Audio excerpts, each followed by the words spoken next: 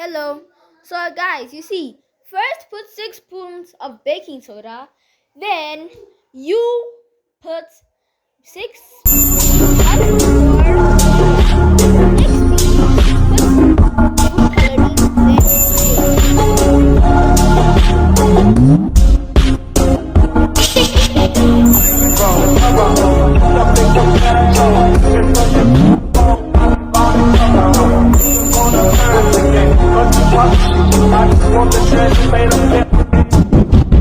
coloring,